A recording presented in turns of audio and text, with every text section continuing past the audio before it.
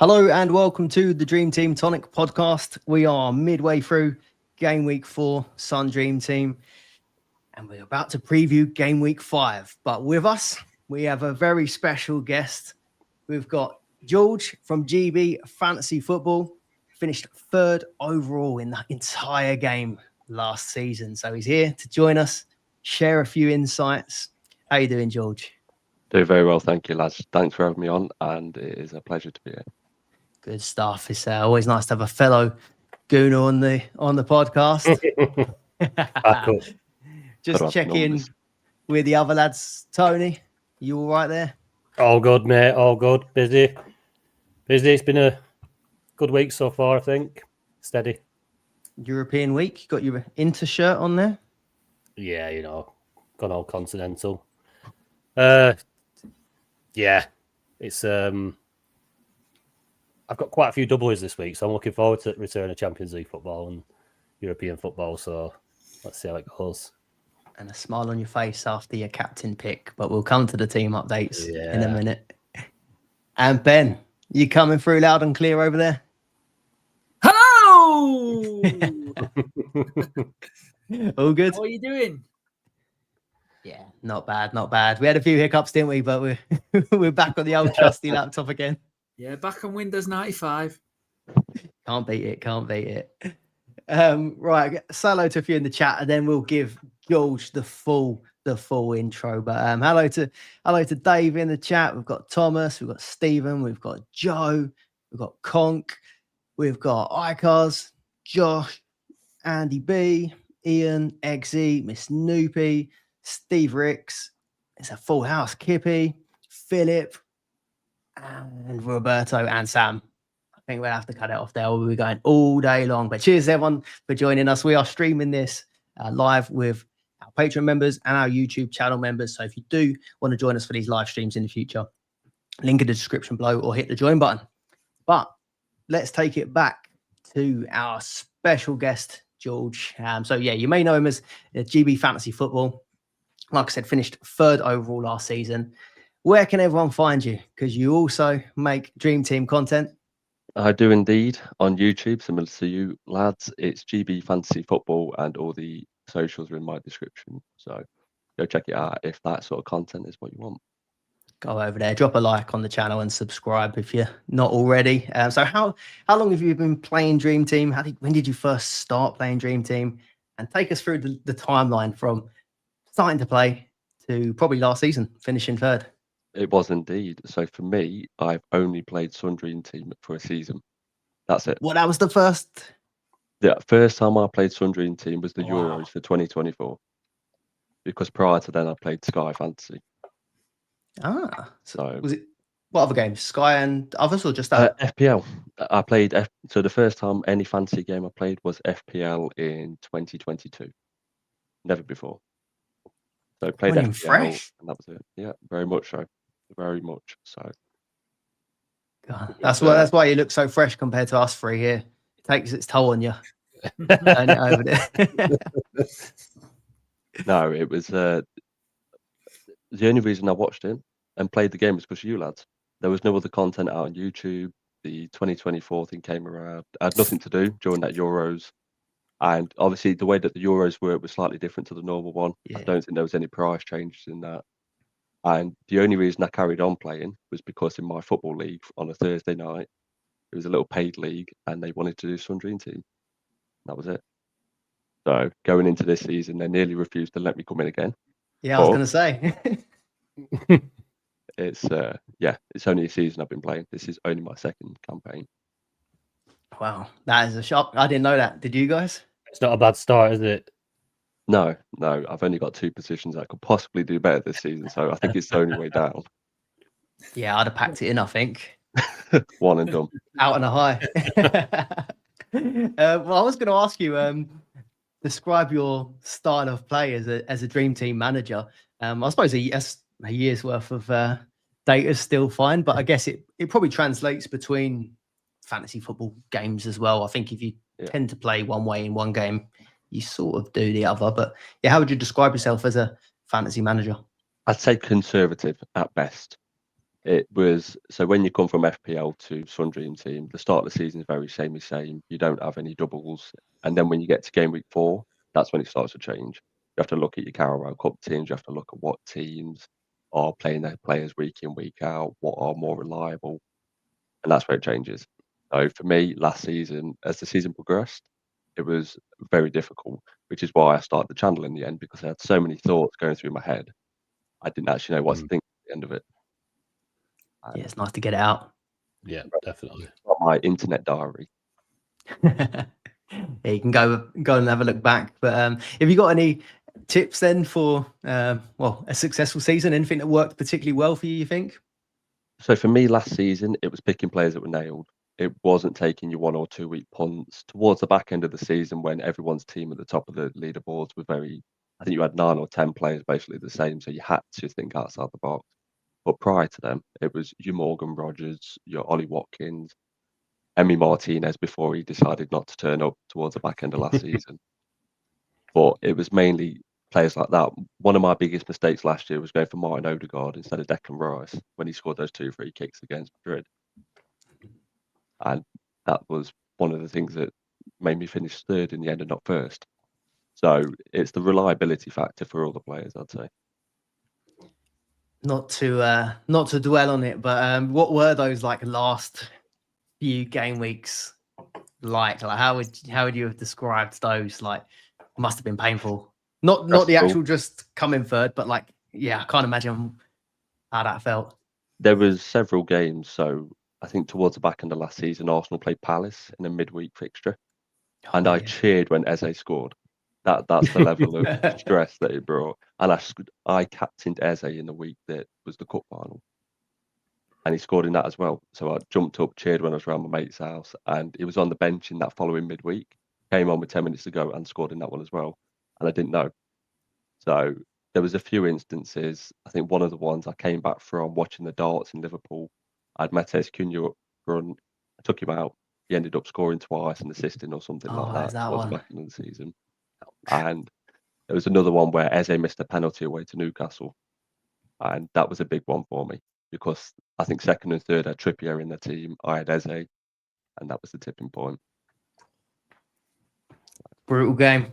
You A got- few swings either way, and an extra 49 grand would have gone a long way. Definitely.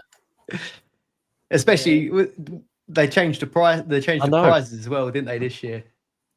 I think it's 5 grand for third now. Okay. I didn't understand the payment section. I didn't understand how if you finish second or 11th, bearing in mind the points difference, that was the same prize value. But at least they've changed it this season for the ones who Yeah. get up there.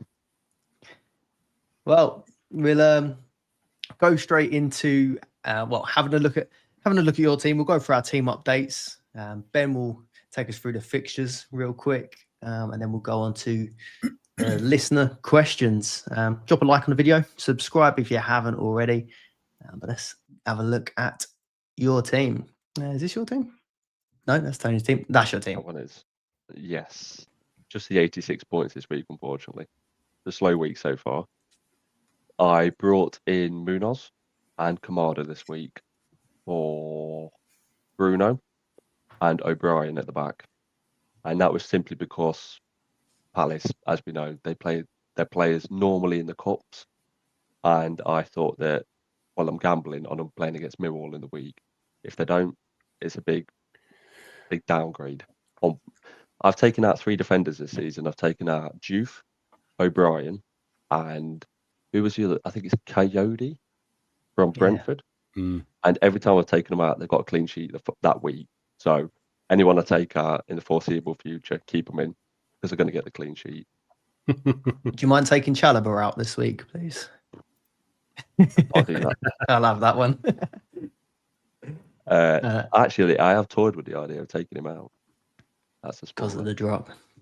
That is, What was your thought process on the Salah Haaland? I'll call it 50-50, but it was captaincy. mainly to do with Salah's performances last season and Haaland's. Of course, Haaland is very much he scores or he doesn't score. That's the kind of player he is. Whereas Salah, you've got your assists, you've got your big chances created. and I just thought there was more routes to points. Burnley away, of course, historically at Turf Moor, they are pretty decent defensively. But I watched them the other week away to Man United, and it is an away fixture. But I thought Burnley away, Atletico Madrid at home, could be some goals. As we saw with Haaland, he could have scored 6. So I'm very glad that there's only 9 points between the two going into the Champions League games. Yeah, Definitely. was a painful watch as a non. Salah owner's got away with one, I'm telling you. Absolutely got away with one. He was awful. How he didn't get hooked off that pitch. If he weren't called Mo Salah, he were off that. 60 minutes, get off, son. He were pants. 90-minute man. It needs to be this season. Honestly, it would not surprise me if he ballooned that over at bar. I were on a win-win. Because it were either, if Salah scores, then that's a little bit. Don't really feel much pain for Burnley, but if he'd have blazed it over at bar, and these captain owners that have got minus double points, it'd have been funny. Because he After that deserved Bruno one the other day, I did sort of feel a bit like that could happen again. it. He was so bad, And he missed So one. bad. Did he miss one Community Shield as well? Yeah, he missed 2. Did he miss 2 pre-season then community shield, something like that? Hmm. They just keep playing though until Liverpool score, don't they? That's how it works. Where does that put you overall? We're going to have a look at our guest league, something new that we set up at the end. But where does that put you? We're all pretty I close. think it was about 6,000th overall. I think it was about 3,000 going into the Manchester derby, and then Haaland's masterclass plummeted me down quite substantially. I think there's a few Tijani Reinders owners, might be a few still Bruno owners knocking about, but I think 6,000th after game week 4.5. It's a good start. Great start, yeah. Who's up? Tony. Hello. Oh, substitution. Yeah. So obviously struggled early doors with injuries. I just can't seem to avoid them. 95 points so far this week, which it isn't the worst to say I played with 10 men again. Gusto not getting on the pitch. Obviously, after I think he played the last 2 90s, so a bit strange. 0.3 rise though out of him, and hopefully he does get the next game. Roofs is on fire still, 10 points. My other transfer in with Lacroix at Palace. I did want to do the double up, but then the Nori news came through because I had it Ryan Nori. I was going to leave him in, and I was going to do the Palace double up with Lacroix and who did I have in? Gehi.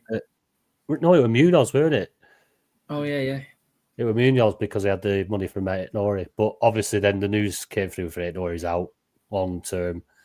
So I thought, well, sod it. Gusto's coming in a bit cheaper, which then gives me, because I've still got Ballard in my team, gives me the opportunity to then sub Ballard out for either a Katiki or a Gakpo, just obviously after seeing the Liverpool lineup. So Porro got 9. Could have been more, but I'm happy with that. Kudos, I don't know how he didn't score. An unbelievable save from Hermanson stopped him getting on score sheet against his former team. He looked hungry for a goal, and he only come out with 3 points, which is a bit. I thought he deserved a little bit more. Enzo, who's been in for a couple of weeks now, 4 points.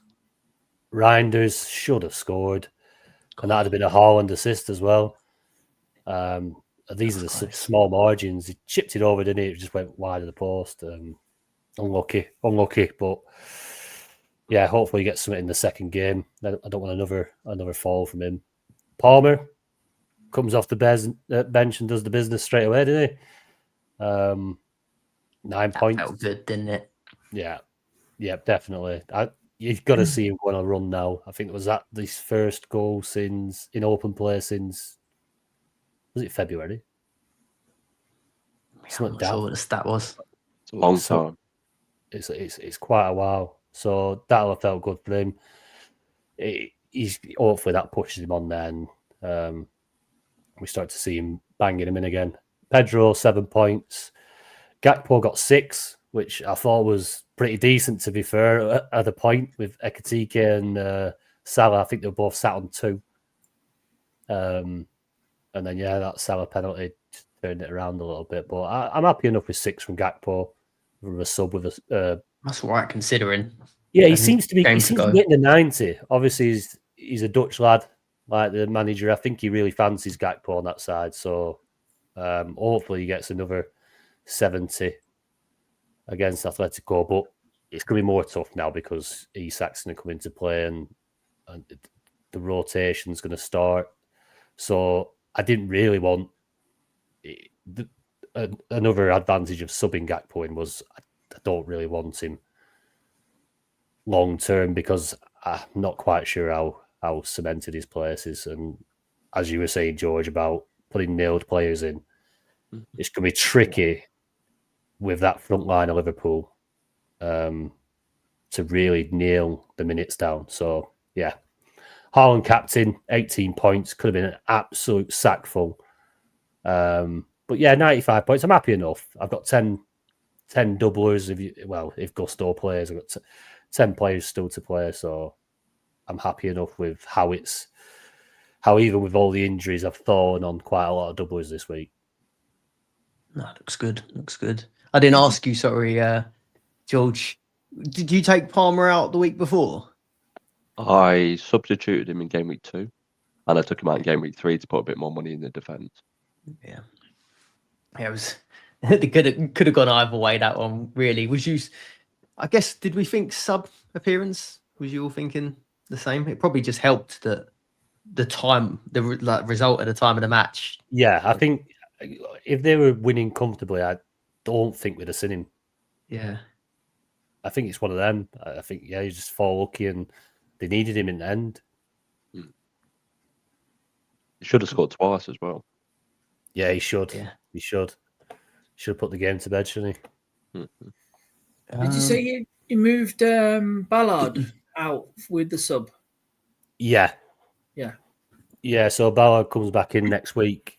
But I've got quite a bit of budget in there to upgrade him next week if needed. I mean, I can't be taking Roofs out, can I? Although I'll probably just ride him one more week, get the rise again, and then probably look to a European keeper if I've no other fires, because so far I've just been like forever just putting fires out all the way around my team, and it's kind of like forced me hand in ways. But I'm happy enough. Mine is a nailed clean sheet next week Against Aston Villa. They're struggling, aren't they? So how can a team was so impressive last year and just completely I don't know, they've just not started, have they? Mental. So strange. You're thinking, oh, well, next game. And you're always about like getting onto a team and a player before they actually hit the curve. That's the way to really get that big boost in fantasy football. But if anyone has took a punt on Watkins or Rodgers, Tielemans even gone off the boil. It's just not paying off so far. Ben? Yeah. This is. Do you know what? I thought your points were, no offense, I thought your points were going to be worse than this after seeing the bad luck you've had this week. Violin moments. Yeah. Oh, yeah. So, sold Semenyo, who got 13 points. Sold Carvalho, who got 8 points and only played a minute. I don't know how he's... I had the game on, and I was coming on the last minute. I was like, "All right, was worth taking him out there, weren't it?" I think to myself, and he goes and scores to tap in right in the last bloody minute. Long throw. I know it wasn't Pioli, was it? I can't remember who took the long throw, but I think it was Sharda. I mean, they've all seen, everyone at Brentford seems to have that long throw in their locker, actually. It's because they've got a Stoke kit on, isn't it? Yeah. So like I said, I was on about Semenyo having better fixtures than Bruno, but I didn't realise that Semenyo will be taking penalties now. Yeah, that's the thing. You'll be looking at Bruno going, well, he could Yeah. get a pen. Yeah. Yeah. I actually brought Semenyo into my FPL team. So I sold him in Dream Team and brought him in my FPL team because obviously Dream Team's about double game Yeah. weeks, isn't it? And Yeah. FPL's a different game. I've got Semenyo in my Telegraph teams as well, so he's done all right for me really. But just this bringing in a double game week player. I brought in Enzo Fernandez, who ticked along with 4. And I got a 0.3 rise out of him. Semenyo went down 0.1 in the end. We thought it was going to be 0.2, but yeah. So, and Bruno Fernandez was supposed to go up 0.2. I think he only went 0.1 in the end. Yeah. So I got conned out of that. So probably would have stayed with me in the end. But yeah. Gusto come in for me as well. Benching. But a 0.3 rise, so I've gained 0.7 out of the transfers. Same keeper, Roofs. Romero, 12 points. Paid me back after last week. Chalobah Romero debate. Yeah, he had a goal chalked off as well, didn't he? God, that goal Should have been that's given. shocking. I cannot believe they've gone to VAR and it's not been given. That was a disgrace. Embarrassing. Absolute disgrace. I was doing the full crew. I was doing some stuff around the lounge there, and I'd literally just walk past the TV, and I'd see a corner come in. I thought, oh, Kudus is taking. I've got Kudus. I'm going to stick and watch this. Puts it in. I've just bought in Romero. He nods it in. I'm doing the little full crew dance in the lounge, and then all of a sudden it's game's gone. Yeah. Don't get any of this crap in the championship. Yeah. Van der Berg, 1 point. O'Brien, clean sheet. Should go 0.3 as well next week. So happy with that. Palmer managed to come out on the good side, lucky side of that because everyone's debating selling him. And I think we were talking about now, just saying I'm going to hold him because I think he'll play Bayern Munich anyway. Yeah. But yeah, got lucky with the goal off the bench. Bruno Fernandes, 5 points. I'm happy with that, really. Salah captain, lucky, or whatever you want to call it. But he's a 90-minute man. Never give up, does he? Well, that's 3 times this season. He's already done a last-minute a goal contribution. That was his earliest goal contribution this season. That penalty. His earliest one. Yeah, earliest. 94th, 95th, and 101st. That is Bloody mental. hell. That's a mental stat. Yeah. And we've got Haaland, 2 goals, and Jared Bowen, 4 points. Not bad, really. He's ticking along all right, Bowen, but he'll be going for me this week now, I think. Double game week player coming in. Nice. Then mine, I'm quite a lot of similar players to you guys. 97 points for the week. Again, Roofs, hero. I bought in Lacroix and Romero this week for Bruno Fernandes and Ballard. So I'm having some luck with centre backs this season. Yeah. I said at the start of the season, I think in one of my videos, I was like, you want to go for the fullbacks. They get the tackles, they get the attacking returns. I don't like going centre backs, and I found myself now with a back 4 of centre backs. Only because of the sort of price. Every time I've gone to get one, it's only really been at the right price. So yeah, Lacroix 8, Romero got the 12. We've already spoken about him. O'Brien with 8, and then Chalobah just the 2, but can't really complain after the previous 2 weeks. Kudus 3 points. Again, I'm not that concerned really. He took 8 corners in that game. I think on another day, a few of them, I think only one of them actually found the target, but on another day that could have racked up the bonus points. Palmer the same as you guys there. Dewsbury Hall with a 2, but O'Brien and him both play or have a potential double next week. I just have to decide whether I want to take his drop now. And whether I actually think he will play both next week.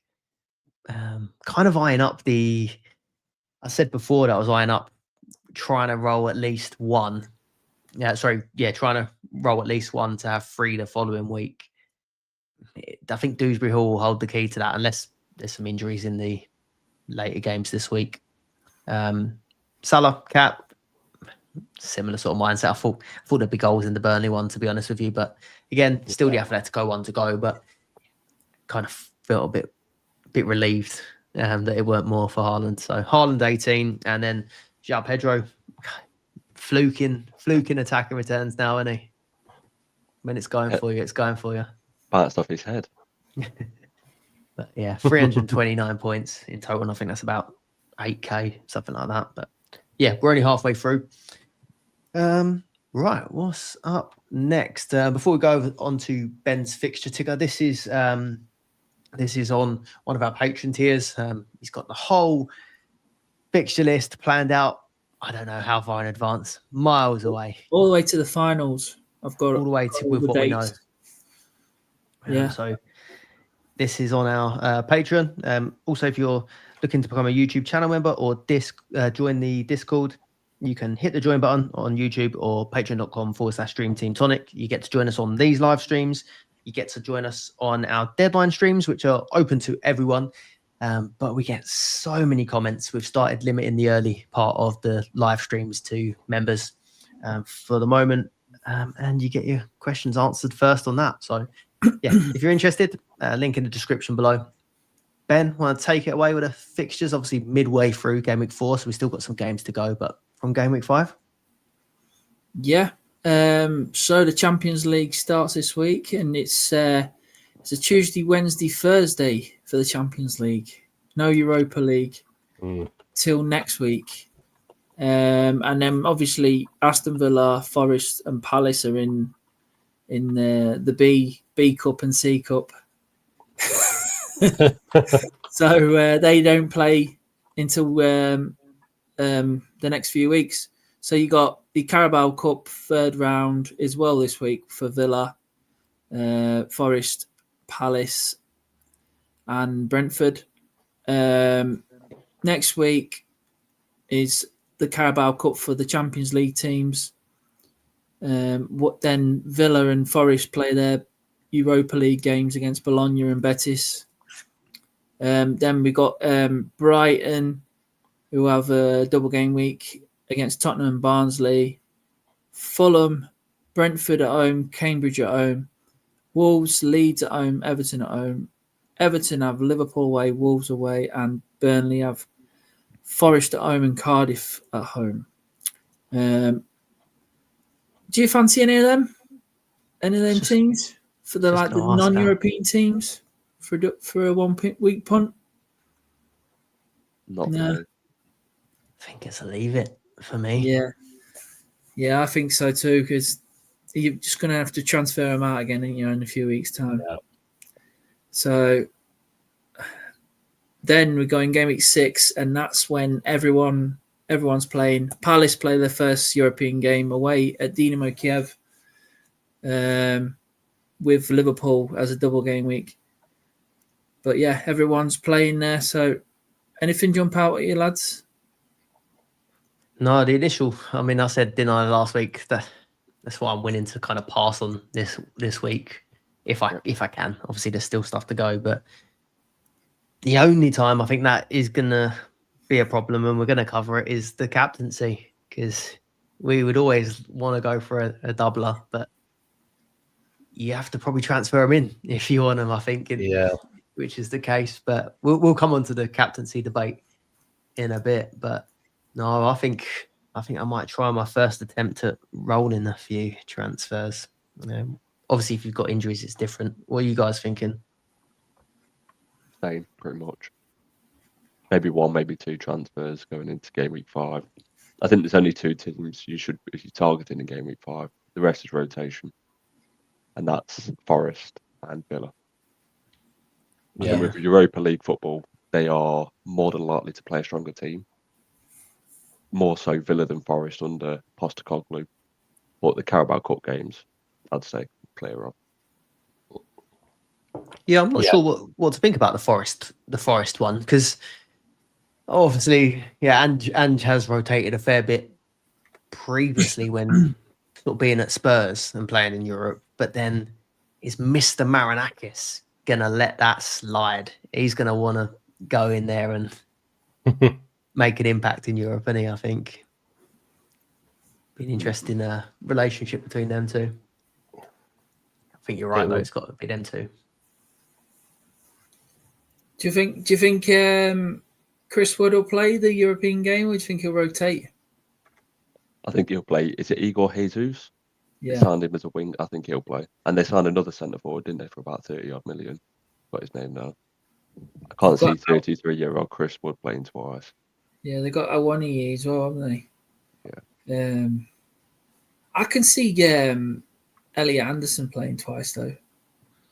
Yeah. Just Main man, isn't he? yeah, ticking along in midfield, cooking and getting them tackle bonuses. That's the one I'm eyeing up because, yeah, I was looking at that and then keeping an eye on his price, and I was annoyed that he went up. I was trying to work out my moves, and he was set for a 0.1 rise, I think, last week. Went up 0.2, and already I was like, oh, that's annoying. But yeah, I'm tempted now to see that Dewsbury Hall is probably going to drop. I'm tempted maybe just to make that switch a week earlier than I thought about. Sales going down as well. Yeah. If Rofs weren't doing so well this week, It's getting closer to Super Ross's price. yeah, that'd be a nice swap over. A lot of this will be touched on in the questions, so should we just jump straight into them? Why not? Listener questions. So starting off with a compliment for you, George. Dave says loves George's content. So which of the new signings are you now all interested in? We've got Simmons, Elliott, Isak, etc. And do we think Isak plays 60 to 90 against Southampton? So let's probably start with the new signings. George, any of the new signings jump out at you? So from his list of three there, Simmons, Elliott, Isak, I think Isak is going to be a slow burner. They've already said he's had no pre-season. He didn't even get on the bench yesterday.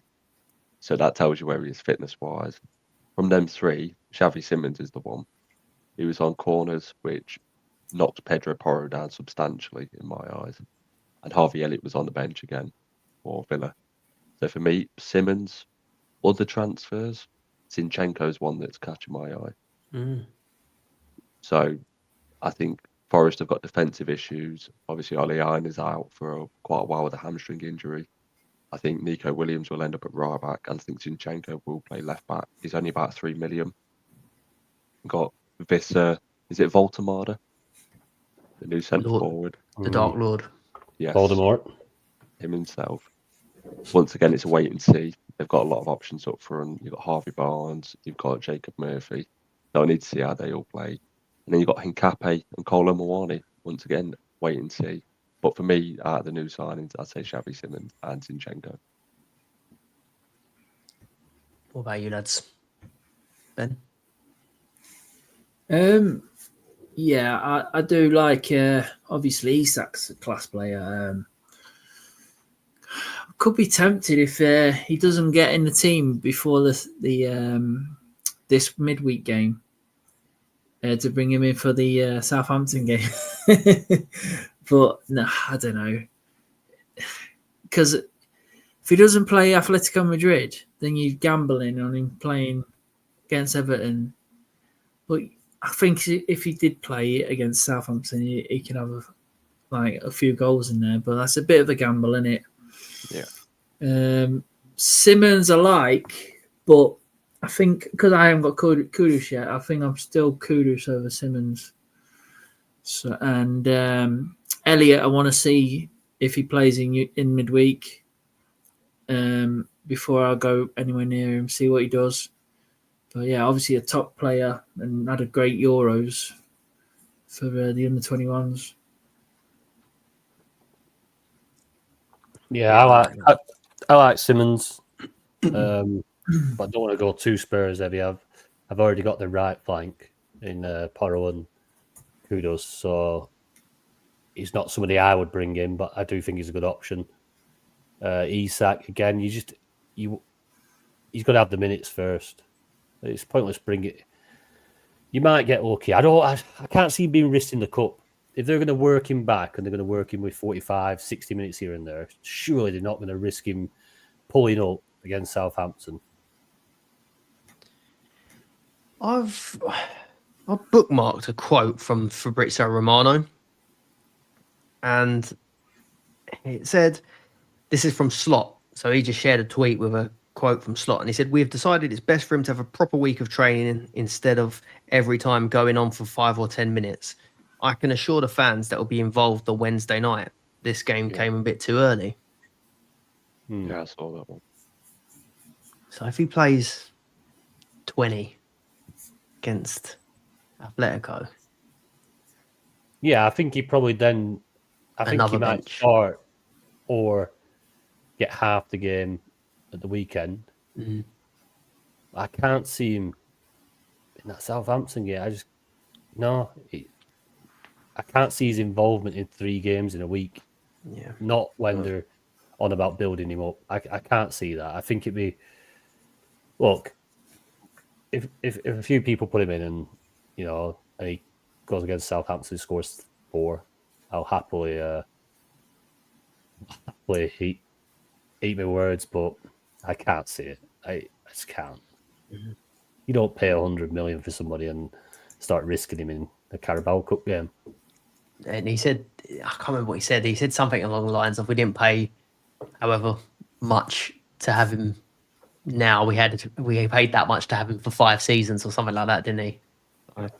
Yeah, not Look for after 5 him. minutes. I can't believe, George, you've not mentioned Madueke and Eze. No.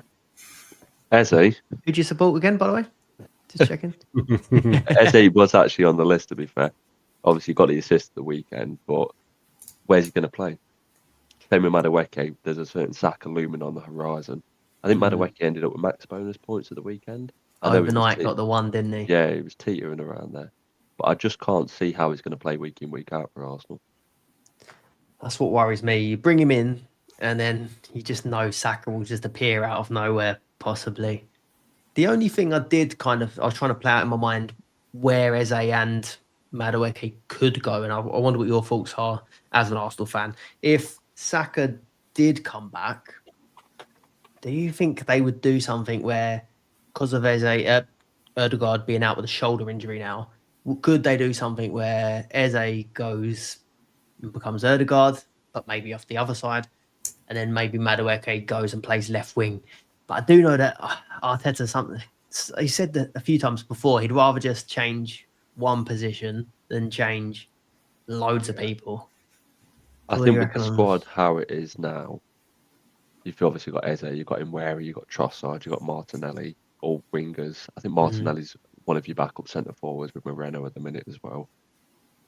But for me, I'd quite like to see Madueke on the right, Eze on the left, and Saka in that number 10 role. Yeah. That's how I'd like to see it. Rather than because Madueke can play on the left and he's okay. He's not as good as he is on the right. He gets shoved down the line. He's left-footed. He seems like square peg round holes kind of thing. And I don't think he trusts Eze in that number 10 role to keep that defensive structure system that they've got in place. So I'd have Saka at the number 10 because Odegaard's been pretty poor for quite a while. I think we've got the squad. You just let him recover properly now. Yeah. I'll move it on because we could easily turn this into an Arsenal pod. So we'll leave it there. Any other new Let's signings, not do lads? Or that. move it on. We've already had Dave say, "I'm not sure I'm ready to take advice from 2 Arsenal fans." So we'll take the hint. Ian, thoughts on bringing in 2 Villa defenders? Surely they get both games that week, and they're currently due a rise. Although that may change depending on the midweek games. Any love for the Villa boys? Very much so. On my end. A little spoiler for the captaincy. I'm debating a Villa defender. Defensive cap. Defensive captain. Is that Conser? Yes, that would be the one. I'd be wary of Martinez. I know many will go there, but as Unai Emery said in his interview, Bizzo. Michael Bizarre. Exactly. And I think he'll give him minutes. What do you reckon, Ben? Villa defence. Yeah, I don't mind it actually. They had 2 clean sheets so far, and Martinez looked really good yesterday. But yeah, I think Konza and Cash probably to be the ones to go for. Cash has been on some corners as well, hasn't he? And he's been doing all right. Eh? I don't know how he's nabbed them off Tielemans, but Tielemans is injured now anyway, isn't he? So yeah, he's been doing all right for bonus as well. Yeah, so I don't mind it. Sunderland away, Bologna at home, and a good run of fixtures after that until October. They've had a good run of fixtures, though, haven't they? And they're already in amongst it. They're just struggling. Yeah. Obviously, defensively, they're going to get the rises, and they've got a couple of nice games there. Sure, it's nailed for a 0-0 that Villa Sunderland, isn't it? They'll turn it around. Yeah, no doubt they've got too much talent not to. Is Watkins worth a punt? Not for me. Not with 2 Daniel shots. Marlon knocking around. 2 shots on target in 4 games for Watkins this season.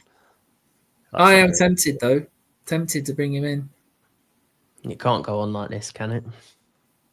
Well, but again, like Konza he's good on bonus, isn't he? And Cash has a good attacking threat, so I don't mind it. If you want to raise budget as well, Yeah, I think it's a solid option. You're bringing in doublers, you're bringing in tried and tested players, and yeah, they got a bit of a nice rise as well coming in. I have had someone pointed out to me who played for Villa who would fit that OOP defender in Bogard. Yeah. He's I would say who's mentioned him to me, but I don't know if they'll get thrown under the bus for spreading the word. But yeah, Bogard at 2.2. Played in midfield, got 3 bonus, 11 points in at 2.2, which it looks good, but I just can't shake the feeling that it's Nedeljkovic 2.0. And I've told myself I'm not doing it this year. So it's there. Tielemans is out now. I'm trying to have a look at it, and the only thing I could think of is Onana. I don't think he's out for too long, so if he comes back, maybe that's a threat again. So what do you reckon? I think it's a great pick. There's a question further down the line who he was going to slip into that category for me as one of the punts for this week. I don't think Onana's fitness can be relied upon. I think John McGinn, he will play in midfield, but he hasn't really played in there for too long. He's normally a wide man these days. And I do think that he could potentially play at right back as well instead of Matty Cash. Yeah. It's there for you. I'm scared. I'm too scared to go there again. That set me back. I think I ended up keeping the Nedeljkovic through like a did not play or something. I refuse to go there again. Steve, as a Villa fan, sorting us out here. As a Villa fan, Bogard only really plays if there's an injury or he comes on as a sub. Steve, there's injuries, mate. Could happen. Everywhere. Steve loves a punt though, so if Steve always goes for a punt. So if he's not feeling it, I'm with you, Steve. DT Patrick, how much are you focusing on budget building over targeting fixtures? And are you targeting any specific players and teams over the coming weeks? I'll put this to you, George, because I feel like we've had this budget versus fixture sort of question a few times. But what's your thoughts on it? I think budget is king. And one of the decisions this week for me is to potentially bring in a Forest keeper or keep Royce for one more week, because that gap in price between the two is going to be cut again. If you keep Royce for one more week, I think there's only going to be about 0.5 between him and Sells. And for me, I think that might be the way forward. Go into game week 5 with 3 transfers. And that's it. I think that might be the play.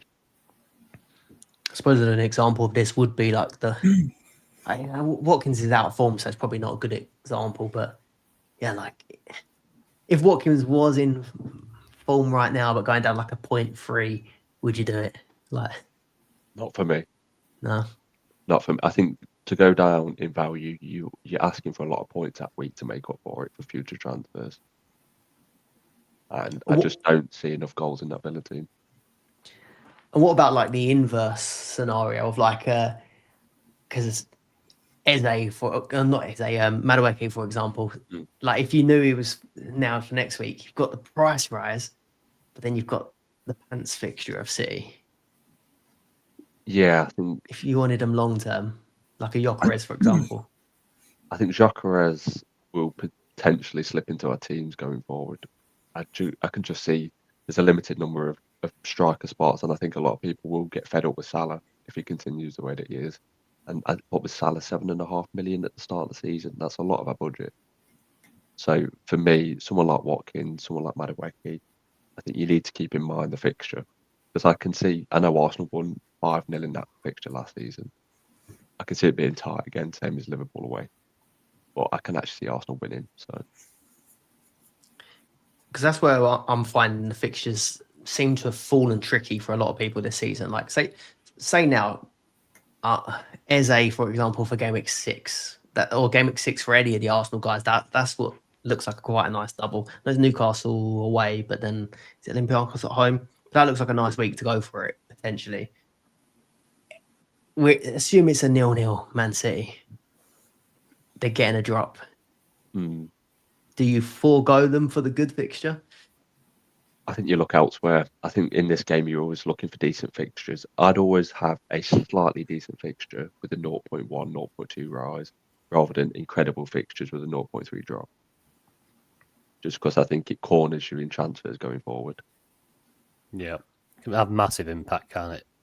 Even just 1 week or 2 weeks later, you could see that it can really pack you into a corner, like to holding on to a player like Ned. Yeah. Let's go. They're the situations you want to avoid.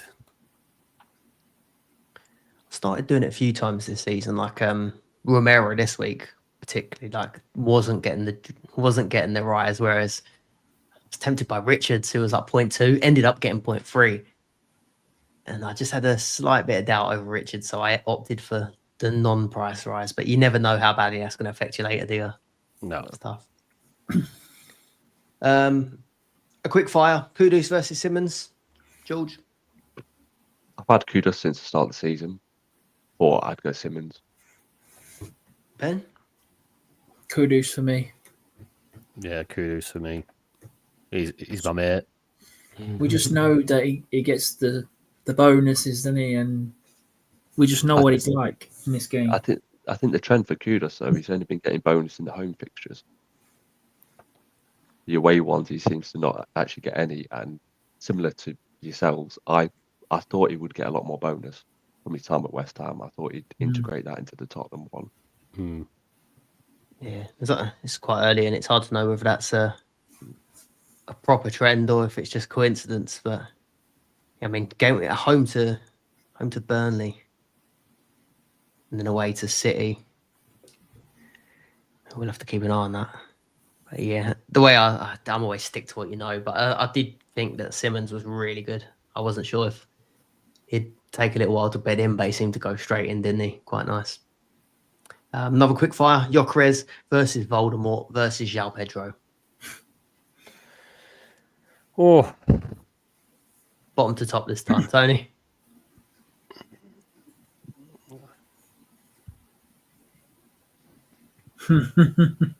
that's tough. That I like. Obviously, Voldemort. He's had a very good debut. Scored a goal. Looked good. I'd like to see that over a few weeks, to be fair. Although he is cheap now, so if you do jump on that train, price rise, and who knows? He could be even better than Isak. Massive call. Well, I mean, who still he might go on and score 10 in his next 7 games. So he's had a good start, but I won't get too excited yet. Gyökeres, he's nailed up there, isn't he? Big lad up top for Arsenal, a good team. João Pedro, I mean, I'd say he's pretty much nailed, but as soon as Delap comes back into training and they've got so many options up there, they made so many changes this week. I just don't know. I can never trust Maresca. He's got that pep in him, hasn't he? So I'd go Gyökeres. That wasn't very quick fire, but... You going to do the celebration for us? Is it something like this? I'll tell you what it is. It's this geezer. Oh, I'll get the ad in. Perfect. Ben? Gyökeres first for me, just because he's on penalties and nailed. João Pedro after that. Voldemort. It's not Voldemort, it's Rudy Voller in it. Do you remember him? He looks like Rudy Voller. He does actually look like Rudy Voller. That's a good shout. Yeah, he's a tackle monster, isn't he? Got 3 tackles at the weekend. 10-pointer. Apparently, we're all over the pitch, weren't he? Yeah, so they call him the 2-meter Messi. So I'm looking forward to see how he gets on. Yeah. How many nicknames can one man have? Do we need to ask you, George? For me, Gyökeres top, despite his price. I thought he was quite expensive coming in, but he scored well. João Pedro second and Voldemort third for me, because we don't know if he's actually going to start when Vissa comes back. Yeah, It's cracking me up. Keep calling him Voldemort. I'm in agreement there. I'm in agreement. Yeah, I think he's still taking a little bit of time to warm up, and isn't he, Gyökeres? But I thought that looked promising. That last game just seems to be moving that little bit quicker. He's took his jeans off. Yeah, took his jeans and his boots off. Skullsy firing him up. Yeah, no, that'd be the way I go for it. We'll start with you on this one as well, because and finally, thoughts on how now Pap Sarr is and his points potential. Are you still on Sarr? I am indeed. He got the header at the weekend, which was nice. I only got him in because of his value. It was one of them ones where you're looking for a doubler around 3 million. I didn't know if he was nailed or not. It looks like he is. It looks like he can either play the number 10 or number 8 position, but with Thomas Frank and that Tottenham squad, I'm not sure. I'm not sure. It's one of them ones where you wait and see. It looks like he's got the legs in midfield to play multiple games a week. And with other players like Xavi Simons coming off after 60-odd minutes still, bedding himself in, Richarlison and Colin Mawani both on the bench at the weekend. I think Pap Sarr is quite important to that Tottenham team. They're definitely a worse team when he's not in it. He's quality. He reminds me a bit of Dembele. Yeah. He's got to be first name on sheet for me. I think he's that good. Definitely makes a massive difference to that side. I think he's a whole definite for now. Anyway, I am a bit worried when all the players come back and they've not got so many injuries. But Bergvall had a good game at the weekend. You got Bentancur, who's normally nailed. He didn't play. Palinha's got to be nailed, hasn't he? He's just class. He's everywhere, isn't he? And then you got Xavi Simons, who played left wing or left number 10 or whatever you want to call it. But he can play as a number 8 as well. So just Archie Gray as well. Yeah, Archie Gray. Yeah. He didn't even get in the squad at the weekend. I just think you got that obviously Spurs fan out. You've got to have Pap Sarr and Paulinho in that midfield. I think they're the main two. But there is a lot of options, and this is, I think we've seen it across quite a few teams now, aren't we? Like, there seems to be so many players. Like Liverpool now, their attacking line. Usually, you'd always have obviously Salah. I mean, to be fair, Salah looks nailed, doesn't he? If he can play like that and stay on pitch, he's obviously there's something in his contract. But for everybody else, like Gakpo, Ekatike now, or the good options early doors, they look it's a bit worrying if you've got them in your team now. You don't know how many minutes you're going to get out of them. Spurs obviously have invested, brought quite a few in. You're going to start thinking, you can't take Pap Star out until you know he's back out the team kind of thing. If he does drop out the team, I think he's one of them. You're going to hold him, and I think they're crazy to drop him out the team. I think he's good for everything. I think you're right though. It's turning into a squad game, isn't it? Like I think last season you had like Spurs, it had like no players at times, didn't they? And just saying he's happy to have such a big squad now at Forest by comparison. You had Arsenal missing key players. United were in bits at points as well. Yeah. City missing players. So I think everyone's took a look at that and thought, how can we load up our squads? And I think it's going to be a different game, at least for the teams that can afford to do so. Yeah. Right, this is the one that everyone's waiting for.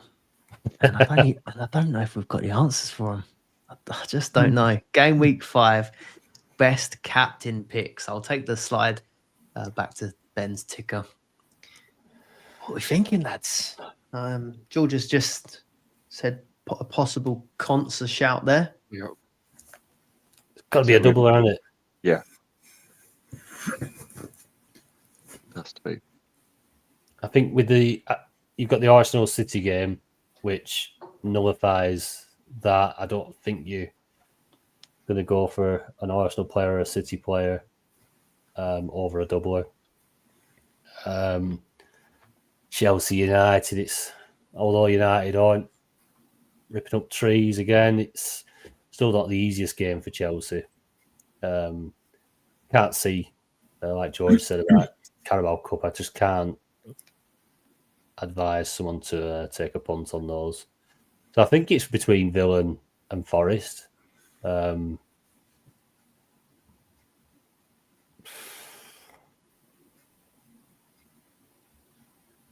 I can see why George is going for Consa and this defender. I just don't. Villa, are they going to find the shooting boots? It's got to happen sometime, hasn't it? Consa get the first goal for him of the season. You probably see, it'd be 2 defenders score, won't it? He's been a bit of a bonus monster, hasn't he, as well, over the previous seasons. I don't think last season was as much as the one before, but yeah, I think we always liked him because even if they didn't get the clean sheet, he was usually getting the points, the bonus points and tackles and stuff. So yeah, Notts Forest, I just don't like what they've done to Nuno. I think they're a weaker team for it by getting Anjin. But a couple of all right fixtures, Betis be tough, but Burnley, Chris Wood, come alive. Elliot Anderson, all action, both games. He might be a shout. I'm liking I say liking it. I use the word quite loosely because not many times would I say I'm liking Elliot Anderson as a captain. But needs must. Like I'm only thinking. He's someone that I would be thinking of buying anyway. I'm not having to completely divert my plan to get there. Yeah. I wouldn't. For me, I'd be looking at like, do I do that, or do I just stick it on Salah for the one? But then the way we've just gone through this week, and then Everton are probably gonna rock up and do a similar thing to Burnley, make it hard work. Sharp. Yeah. But then it is at Anfield. Salah didn't start the Carabao Cup last season, but he did come off the bench against West Ham and then score off the bench under Slot still. So that's an option, but I know Salah obviously isn't in high on people's lists at the minute, but I think I'd rather decide between going for an Anderson, someone that I plan to have already, and just get him in earlier, or get him in this week, rather than bringing in a Watkins just to cap him and then get him out again. or bringing in a Rodgers just to cap him and get him out again. But I don't love it. I think the one for me that would have been good captaincy material was Strand Larson if he was fit this week as a 1 week punt. But I don't think he's available. Yeah, looking at Wolves, Rodrigo Gomez, who's got a couple of goals, played the last Carabao Cup game. Probably going to maybe go down 0.1. He's only 2.4 million though. He's got a couple of goals this season. I don't trust the Everton lads. Like, I've got KDH and O'Brien, but I can't. I'm not even certain they start. I don't think O'Brien starts twice. That's why I took him out. He didn't play the last round, and they've got Patterson and Coleman on the bench now. Yeah, wheel out Coleman. But then you're going to look at it like Everton. Again, we always say it. They've got to go strong, surely. Like these cups are. You've got to compete in these cups. Go and try and win something for your fans. Villa completely off the cards. You wouldn't bring a Watkins in just to stick the armband on him. Massive differential. No, not for me. Defenders because of the price rise, not attackers. First name comes to my head for this game week was Watkins. Yeah. Those fixtures. Forgetting about what's happened already, and we know his pedigree. I think he is a good captaincy, and he's a decent hold as well for a few weeks. He got Fulham final, and then he's got Burnley at home in the single before the international break in game week 7. It could come into form. 5.6% owned. Rodgers the same. Rodgers could be a good one. 2.3% owned.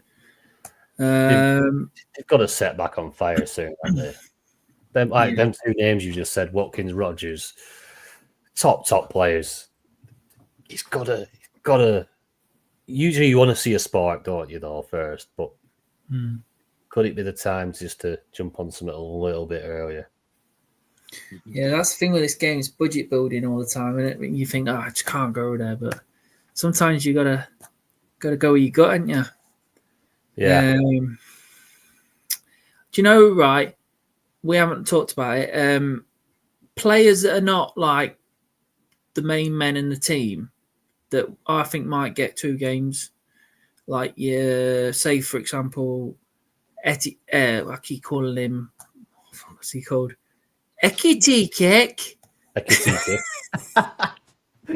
He could get 2 games, and Gakpo could play 2 games. Who's the young lad for Liverpool, the winger? Rio. Ngamoa. Ngamoa. I think he could get a substitute appearance and then the start. Yeah. Obviously, Chiesa probably might get a start against Southampton. Yeah. That's just one of the things. Doku was very impressive at the weekend. Not a nail player. Good on bonus. Could play the cup match against Huddersfield and a few minutes against Arsenal. Another one from Newcastle who seems to do well, Murphy.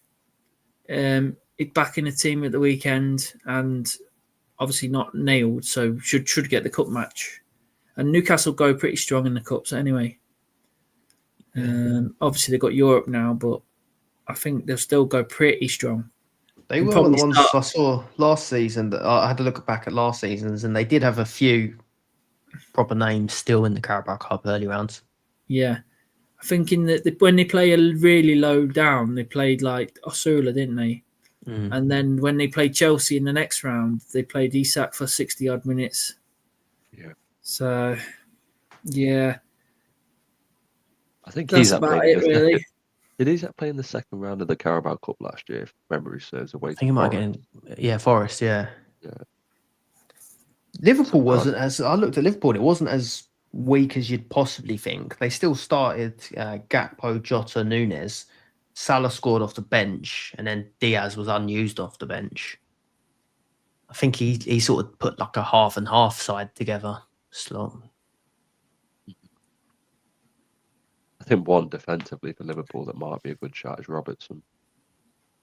Yeah. Depending on, because Kirk has had a bit of a disaster class at the weekend. Another Week one later. for Arsenal. Martinelli could be good for the cup. If you're going to go Martinelli, stick it on Nwaneri or stick it on Dalman. Yeah, Yeah. I think for Port Vale. I wondered on Nwaneri actually because of, Madueke. yeah, possibly. Yeah, I mean, if Saka did miraculously come back, or they knew Saka was back, maybe they'd do that. But I think Dalman will be right wing. And then Nwaneri seems to have, obviously, I was surprised to see him come straight on for Erdegaard. Yeah. But whether or not he'll be trusted again to do that against City, I think we'll more likely see the sort of midfield three that everyone hated for Liverpool, with like Marino in there as well as Rice, as well as Zubi, which would open it up for Nwaneri to play Port Vale. And then maybe he gets Olympiacos the following week. I don't know. But I wouldn't do Certainly it. wouldn't be, no, I wouldn't be touching any of the Arsenal defenders either. Too much rotation risk. Well, let us know in the comments where you'll be going with the armband. Ian says, well, I don't know if Ian put it here or Nathan put it here, but Ian says he likes Nathan's Ilman and Dye captaincy shout. Yeah. Well, I hope we helped there and cleared that up. Captaincy poll will be interesting this week. Best double game week midfielders to bring in this week. Anderson. Yeah. Rodgers. Yeah. Don't mind Rodgers. 90-minute man in there. Gets On 90 those minutes. two, Rodgers and Watkins. I'm going to go full Letitia here, but they're doing something with their pricing. Watkins was 5.5, weren't he, to start the season? Go on, what is he? 5.1. Well, he's dropped. How can you have dropped 0.4 with their fixtures and he's done nothing? Admin at Dream Team started with him game week 1, and every week he's just gone, let's not bump him down too much. He's flopped again. He's due a 0.1, I think. O'Brien has a bad game. He goes down 0.3. You had Vandenberg last week who blanked. He went down 0.3, didn't he? Or one of the weeks. 0.2. Yeah, Watkins, you'll give him a 0.1.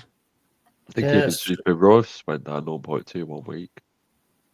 Yeah, it's true. We're on to you. He's got away lightly there. We know you're listening. We're on to you. What about Max captain this week?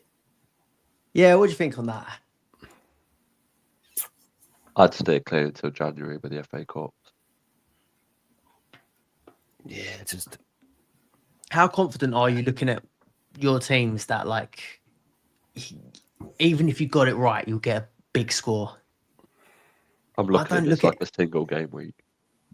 Yeah, I don't look at anyone in my team at the moment and think, they're going to hit double figures this week. I feel this was a bit like a get through it kind of week.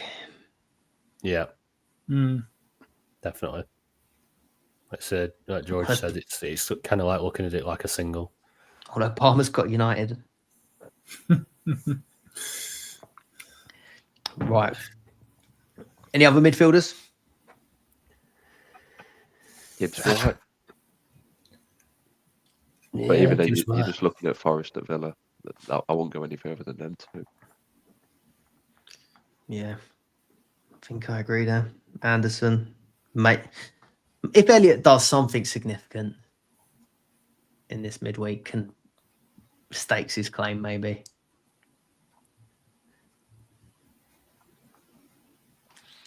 Let's move on then. Who's your cheeky differential for game week 5? I've had Watkins and Rodgers. Yeah, I think they are the ones. I think you want to go differential. You want to go different for this week and really take a bit of a punt. It's a calculated punt as well because you're punting on quality. You're not putting in somebody who isn't capable of Yeah, you know what I mean. If Watkins goes and scores a hat trick next game, it's not surprising, is it? They've got the quality, so so I like them. I like them as the differentials, the Villa lads, the Villa forwards.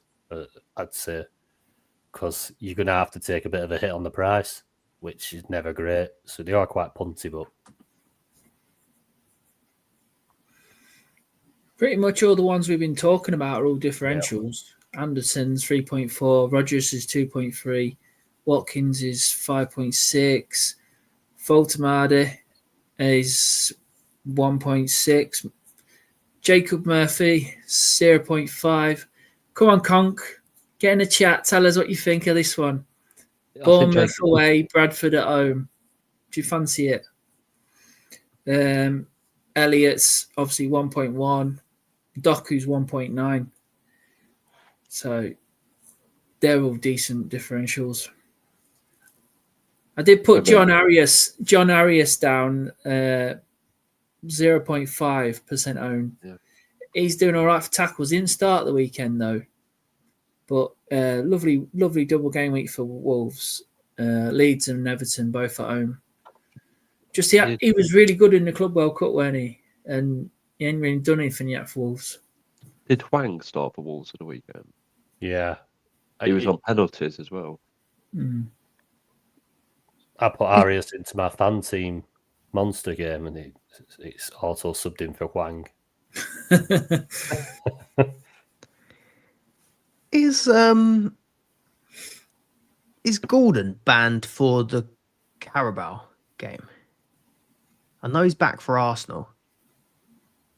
He plays in the Champions League as well, doesn't he? Yeah. He'll play Champions League. But if he's banned for game week 5, we'd need to find out whether he can play Carabao or not. But if you did bring him in, could you potentially wait and see if he played Carabao? I don't know. As a sub? Yeah. Because then you could see...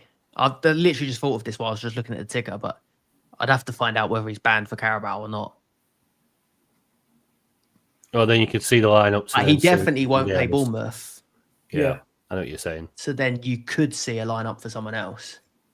But I don't know whether maybe someone can look at. Oh, I can look up for a minute. But yeah, if he's banned for Carabao Cup or not, you could get him in, like and if he lines up, sacrificing the Premier League game and then just picking one of the big hitters against one of the.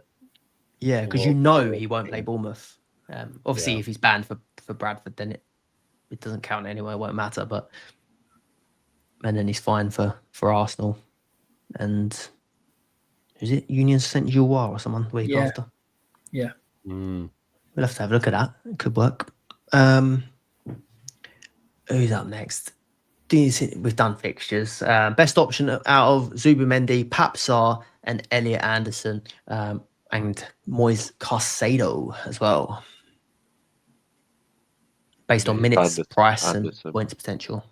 Anderson, about them 4. Yeah, I think Zubimendi and Caicedo are a bit recency bias, is it?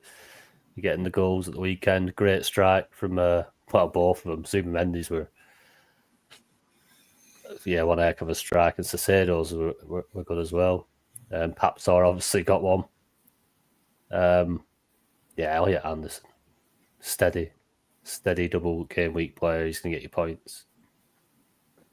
Oh, Phillips shot the dreams down. He's banned for the League Cup. It's how he ended up missing the final last year and Pope the year before. You still won it though. But you can still bring. But if you're bringing him in to then switch him to somebody else for the cup game, do you know what I mean? Yeah. I just thought though, if you did bring him in and then he ended up playing Bradford, you would just keep him for Bradford, wouldn't you? Yeah, true. And then not use the sub. But if you did that, you got one game to choose from. You could have Chelsea at Lincoln. Who was it that year? Was it Lukaku for Chelsea? And Nkunku banged a hat-trick last year, didn't he? No, when Lukaku played and we brought him in. I think might have captained him as well. He did bang And- one year. No, he didn't. He bloody Took him off at half time. he took him off at half time, and then I think after that, I think it was 1-0 at half time. He took him off, and then it ended up going like 5 or 6-0. I can't remember who we were against. Plymouth. Plymouth. And it was FA Cup that. Yeah. But that's the thing is like you could do that. You could plan for that and put a Cheeky City sub. player in, and he might do nothing, not get involved, and then just subbed off. So yeah, just again, so risky with Carabao Cup. It sounds good, doesn't it? But then it's a transfer in, a transfer out, and a sub. Yeah, You need It's to a lot go of sub. planning. too expensive as well. It's a lot. You're using a lot there just to maybe get 40 minutes, 45 minutes against a lower league team. Anderson, As United have seen, it's not always yeah. smooth sailing. For me, I really like the Caicedo pick, but I wouldn't buy him now because I've got loads of Chelsea players. But Caicedo's got 9 bonus already, and he's got 3 bonus in 3 games, and he's smashing the tackles. So even without the goals, he's ticking along nicely. He's getting at least 3 tackles a game. Got 4. I think he's got 3 in one game and 4 or 5 in the others. So yeah, I like Caicedo if he carries on like that. But Anderson's decent as well. Caicedo's 4.5 million though, but it's a bit dear, I think, for a defensive midfielder. But Anderson's 3.9 now, isn't he? It's a nice price, and you don't know whether is he going to start adding a bit more. I mean, he had a few attacking returns last season, but he's going to start adding a few more now under Ange if they do start to play on the front foot a little bit more. Will Elliot Anderson be pushed forward if Douglas Luiz gets brought into that Forest team as well? You'd expect so. I'd Potentially, expect so. That's a good thing about him, though. I think that they'll fit him in whatever lineup comes in, whether he's at 6, whether he's pushed on. I think they find him. He's in the team, I think. Whereas I think with all of the others we saw with Declan Rice, he can be rotated now at times. Zubi will be rotated at times. We've just had the Papsar debate. So, I mean, Caicedo doesn't fall into that bracket, but I look at Chelsea and I think you name your first 4 picks from Chelsea. It's not Caicedo, is it? Probably. No. Or maybe Like first 3. Ben says, I'm quite loaded with Chelsea as well, so it's not. He's not somebody I'll be looking at when I've already got 4. Ryan Driver, Hyle, best set and forget goalkeeper replacement for Perry. I think if you, the budget now and then if you're making the move, if you're making the move on the keeper now, you want to make it a long term one, and I think it's that sells move from a cheap keeper looks the one at the minute. Yeah. Ben, you're a keeper expert. Ben's the cheap keeper expert. Tony don't play with a keeper. That's it.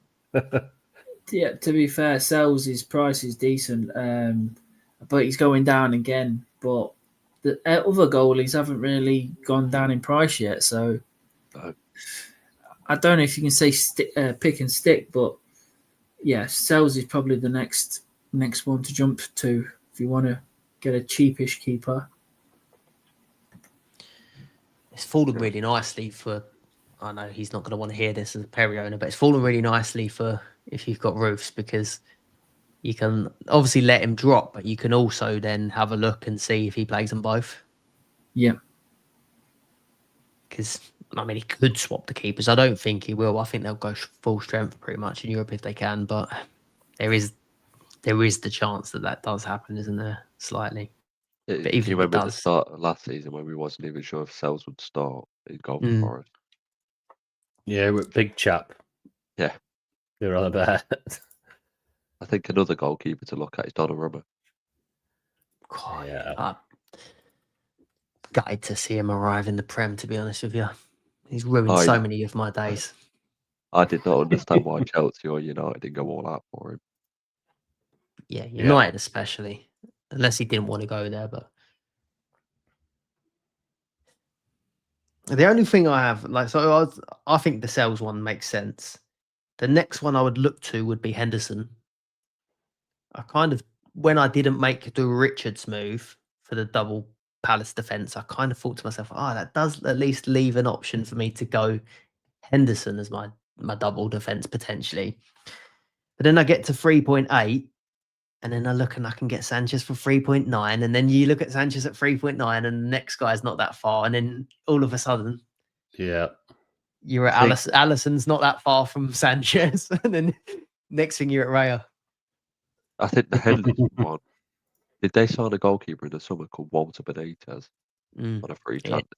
set I to think start he might. tomorrow. Yeah, I think he might take some minutes off Henderson at some stage. I just wonder whether that'll be I don't know. If you're Palace, you've just got to put everything into this European comp, haven't you? You've won the FA Cup now. You'd imagine Palace are favourites as well. Yeah. Win that competition. I don't know. It may just be me, but I just think like Forest and Palace. No disrespect, but Forest I know are massive in Europe a while back, but they're not in there every year at the moment in Europe. Like, there's every chance that this is the year and they may not stay in there. So I just feel like they've got to be full strength. I know they don't have to be because the level in that competition is not the best for Palace at least, but they should just be going in there and smashing teams. Just make it easy. But like I said, they've got to give it everything, haven't they? They're going to have a good following when they go to these away games. There'll be some fans that are like not been on a European adventure in their lifetime, possibly with the club. So they've got to make the most of it. Got to make the most of it because you never know when it's like I say, it's the last hurrah. I'll use this opportunity, talking Palace and trying to predict Palace to put a quick plug in. We're on the guest hype. We've got George here today, but we've also got next week, we've got Jim Daly joining us, who's a massive Palace fan and a comedian. So he's joining us to give us some laughs, maybe, but mostly to give us the Palace updates right before game week 6 as we start to try and figure out what we think Palace are going to do.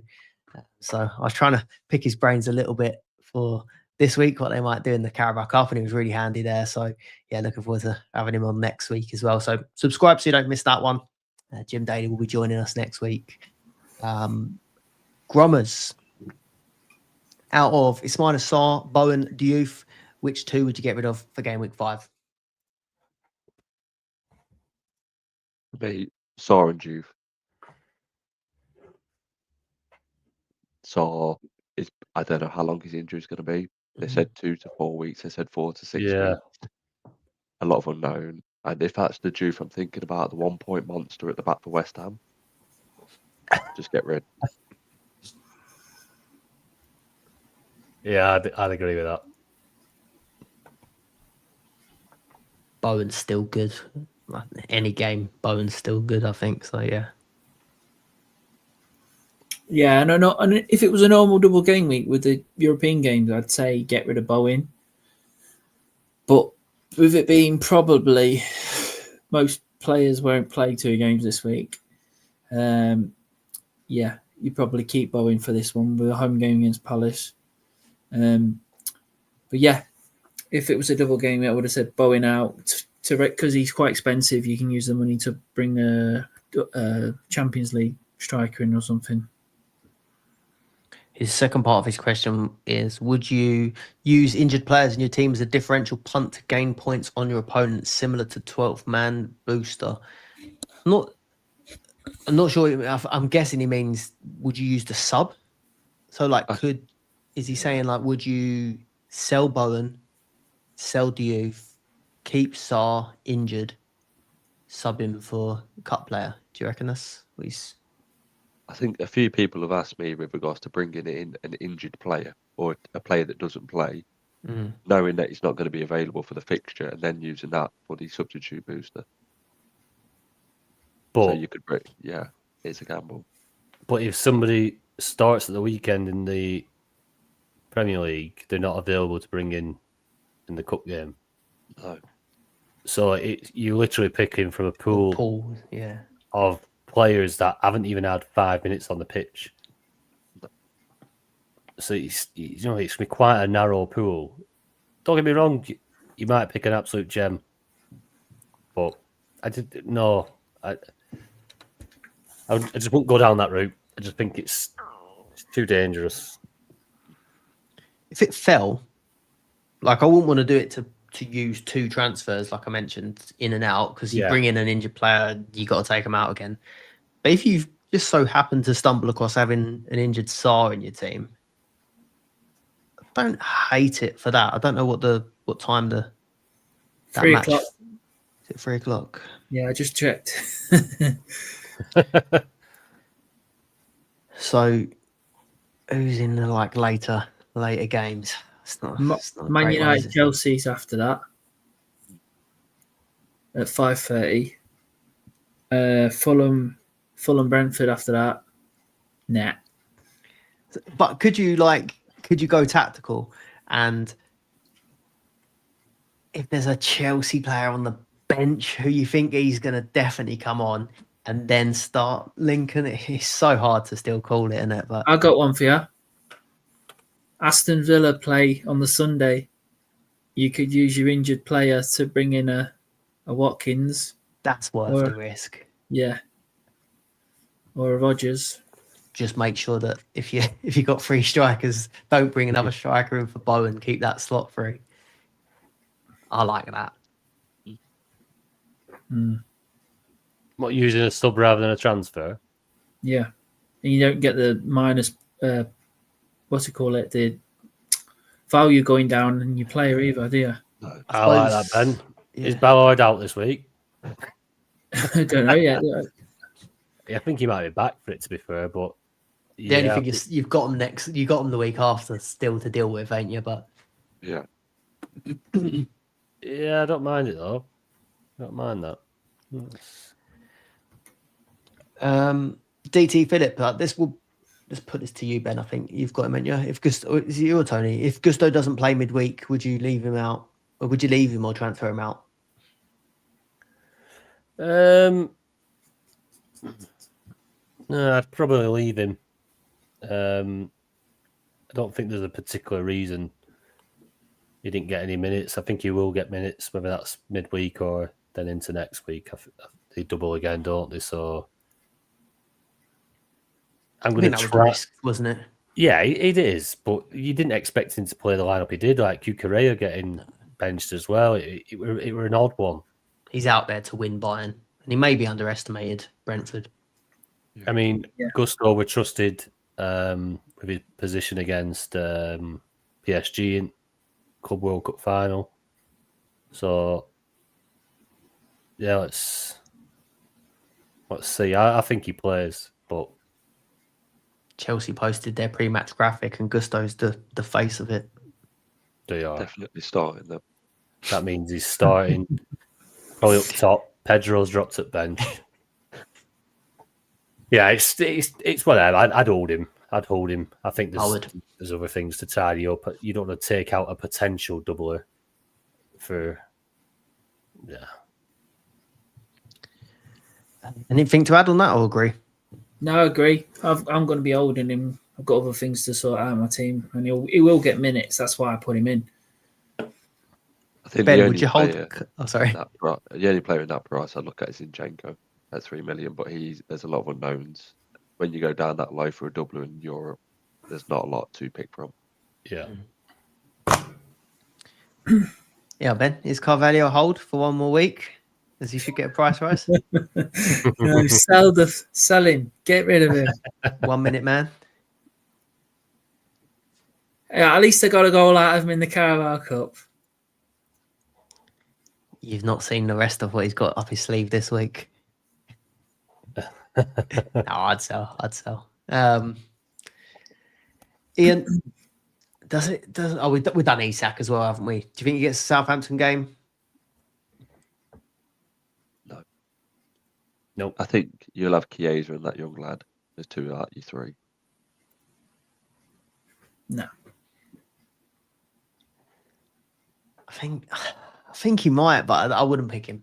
And if he does, I don't think he's going to get a lot of minutes. So I wouldn't go there. I can't see him getting minutes against Southampton. I just can't. The second part is if he gets decent game time during game week 5, do you think he features in both games in 6? No, not for me. I don't think you'll see him until game week 7 after the international break properly. I'm hoping he drops a bit in value before then as well. Yeah, snare him at a cheaper price. He was quite complimentary of the Sweden manager, wasn't he? He said, "Oh, like something like he appreciated him only playing him for one sub appearance and treating him like one of his own players, kind of thing." And that makes me wonder whether he's like putting the compliment in there because there's another international break around the corner as well. Kind of like, yeah, more of that, please. That's the Feyenoord connection. Is it?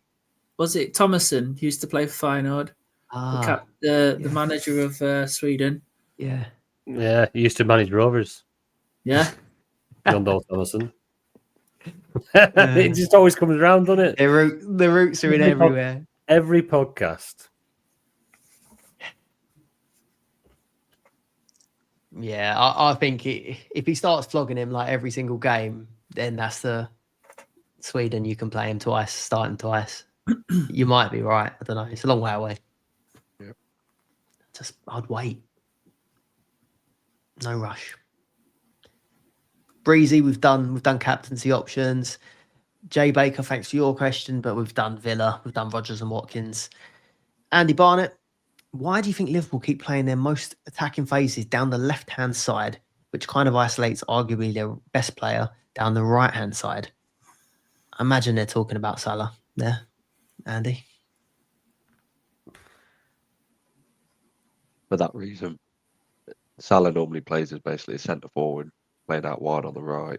And I think without a right back for the majority of this season so far, it's just been a bit unbalanced. They've got two fullbacks fresh through the door. You've got Frimpong on one side, Kirkhead's the other. And for years, they've had Robertson and Trent like clockwork at the back. I think it's just a transitional period.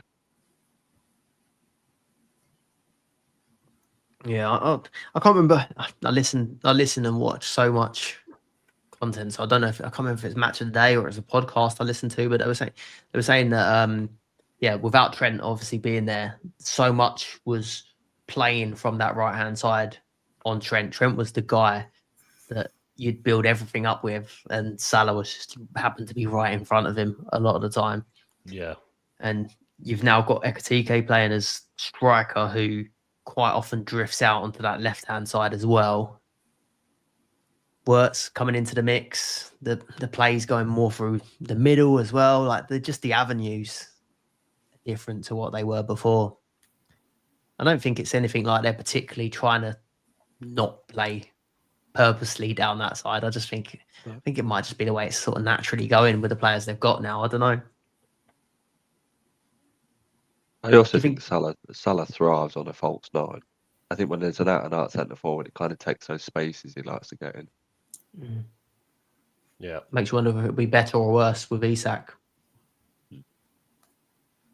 You see, lads, you see yourself selling him? If let's have a look at fixtures again, but like,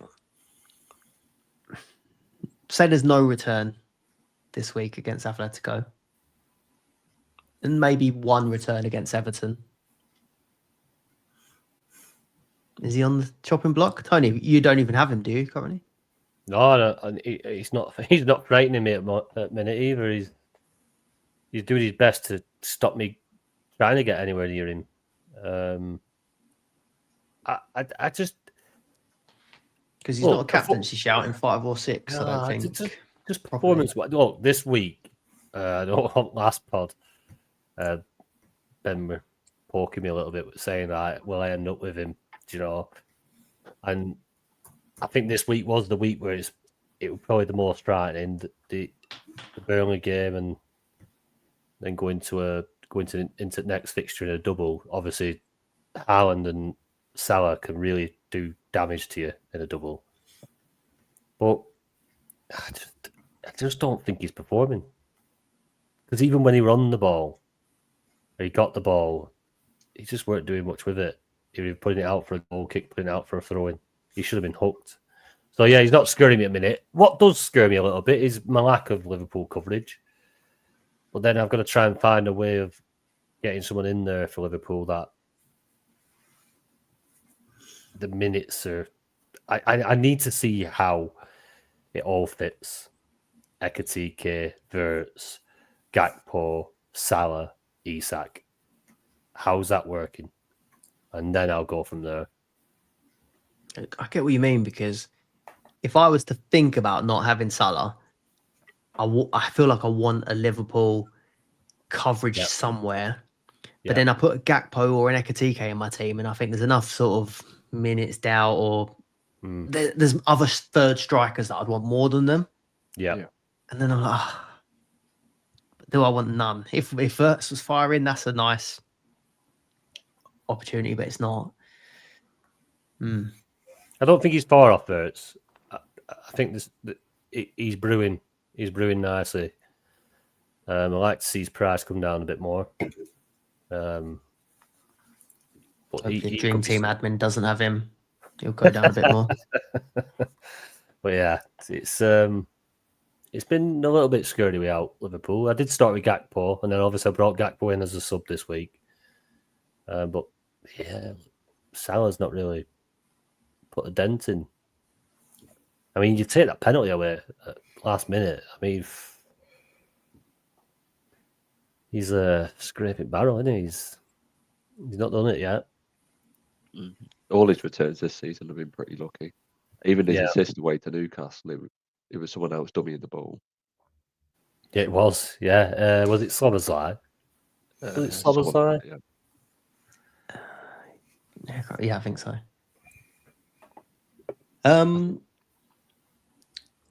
I think, Joe, we've answered Joe's question. Are you thinking of holding either one or two transfers this week? I've mentioned it. George, I think you've mentioned it. Ben and Tony, is it on your mind? Or you've got enough to fix? Possibly, but I don't know. I mean, I'm tempted to bring in try and get a couple of double game week players in, even if one's a risky one, just see if they play in the second game. I won't be going for like nail players anyway. It will be a punt. Yeah, might be someone who plays a lot but isn't like a 90-minute man, if you know what I mean.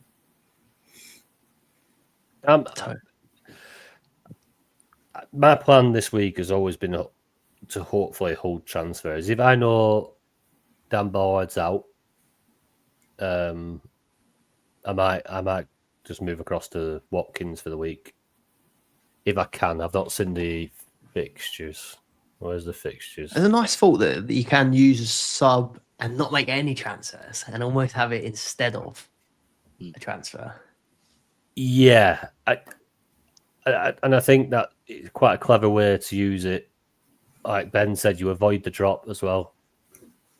And then if Watkins does go off this week and he has a really good performance, bring him in for a rise next week. You think, right, Villa are back, got some good fixtures, good run. Yeah, so best of all worlds. Obviously, it's going to cost you a sub, but then you've got 4 transfers next week where if you only need 1, I mean, you start to build them up. It'd be lovely to be able to start rolling through the season with 6 transfers and only really only having to use maybe 1 or 2 each week still. Yeah, that'd be the idea. Nathan's in the chat and he said Salah's his 12th man. It was 12th man this week, so he avoided the 0.3 drop. Would you risk a 12th man on Watkins, or is that too the form? Not for me. Not on the fact that we don't even know if we will start that Europa League game. That's the risk. I And, didn't wear 12 Ben's- man last season. Ben wants it. I can tell he wants the cup. Hey. He wants a bit of the cup. Yeah, I don't think I'd do 12 man on him because I'm not even going to go into it. Yeah, He's bringing him in. I'll save it for another time. I'm going to smash the 12th man this year. On boosters, Noble says his Game Week 6 a viable goal boost option with Haaland as captain.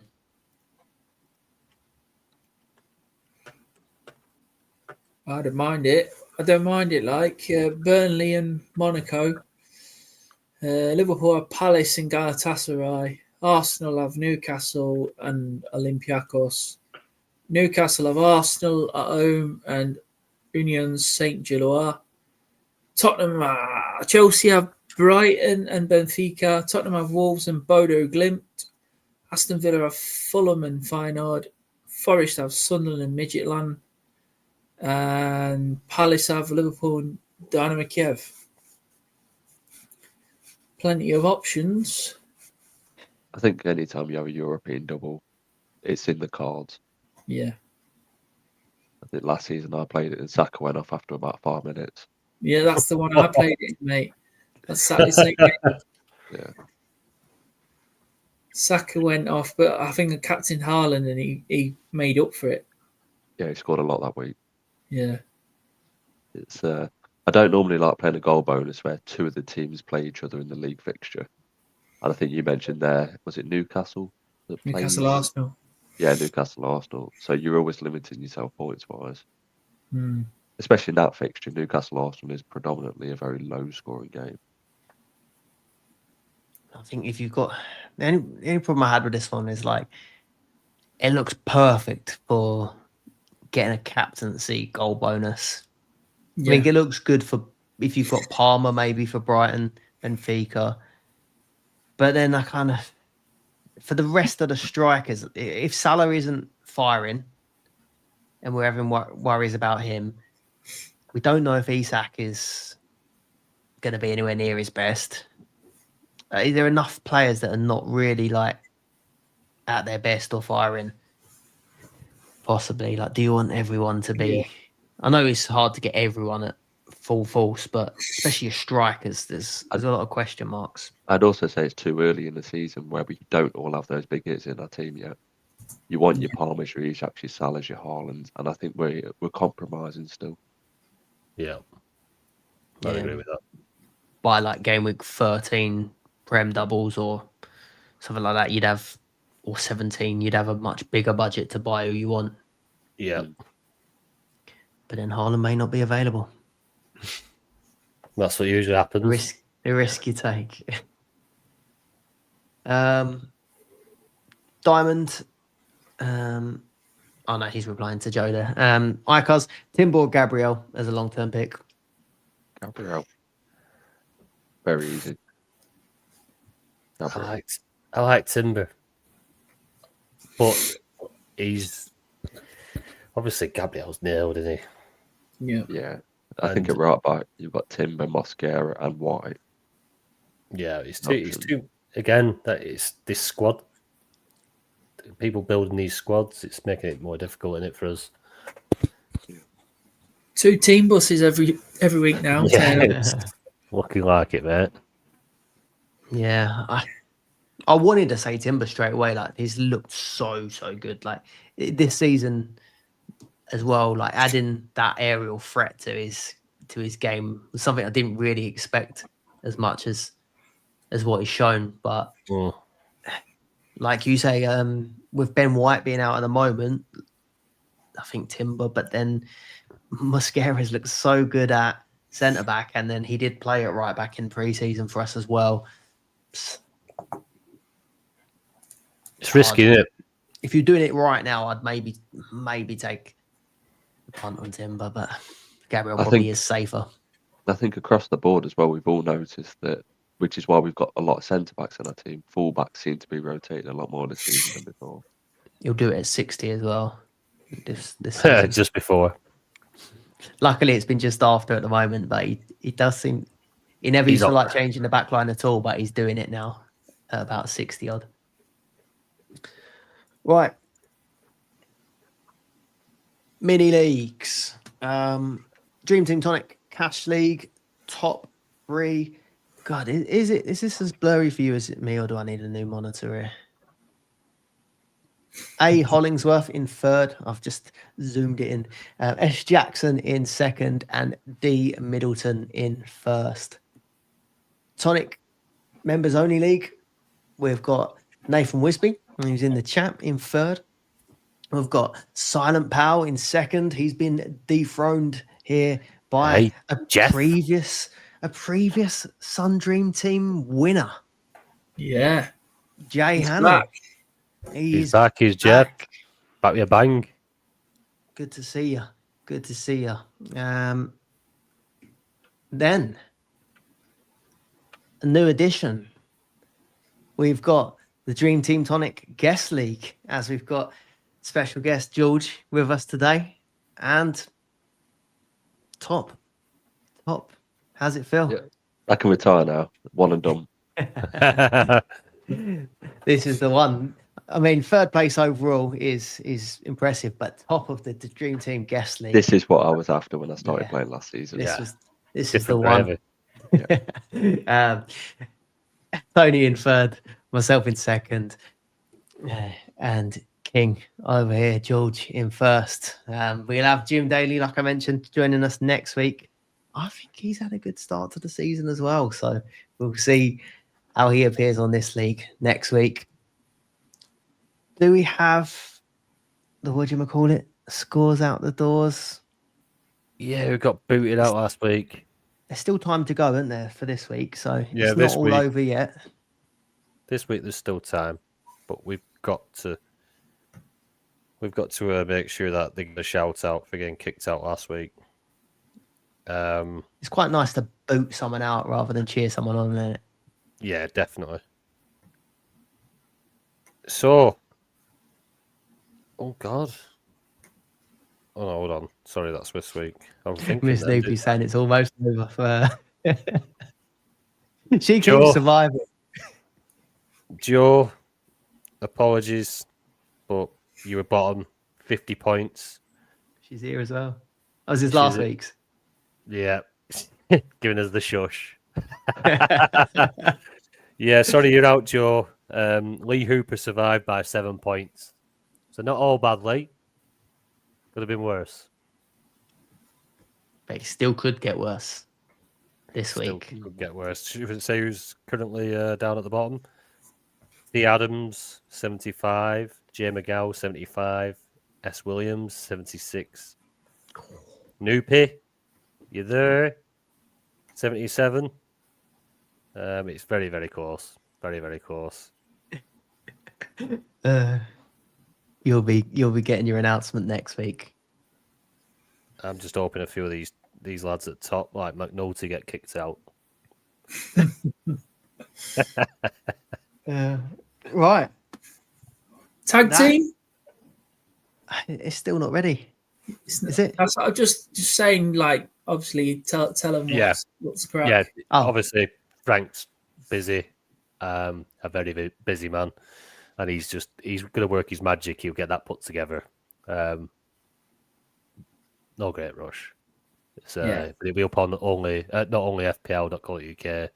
As soon as it is, it'll be tagged in all. It'll be tagged on Twitter. It'll be tagged in the competition section on the Discord, and we'll drop it on the YouTube channel as well to make sure that anybody that's in there can view it. I know there is a few eager beavers that are probably trying Obviously to work doing out. well.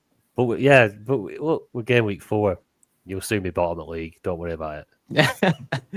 I've been messaging. I've said, don't put it out there until I'm top. Top 3 Hold at it back, least. Frank. Hold it back. George, it's been great to have you on, mate. Thank you very much, lads, for having me on here. It's been a pleasure. Been Cheers, good fun, George. and Nice one, and mate. again, once more, where can everyone find you? It's GB Fantasy Football on YouTube. All the socials are in the description of all my videos that I put out, so go over, check it out. Some Sun Dream Team content and FPL content occasionally out there. And hopefully you improve on last year's rank. I'd love that very much, so, especially with the prize money. That'd be nice, mate. Yeah. No, it's been great. Cheers everyone for joining us in the chat. And yeah, we'll see you on the next one. Cheers, everyone. Thank you. Bye-bye. Result.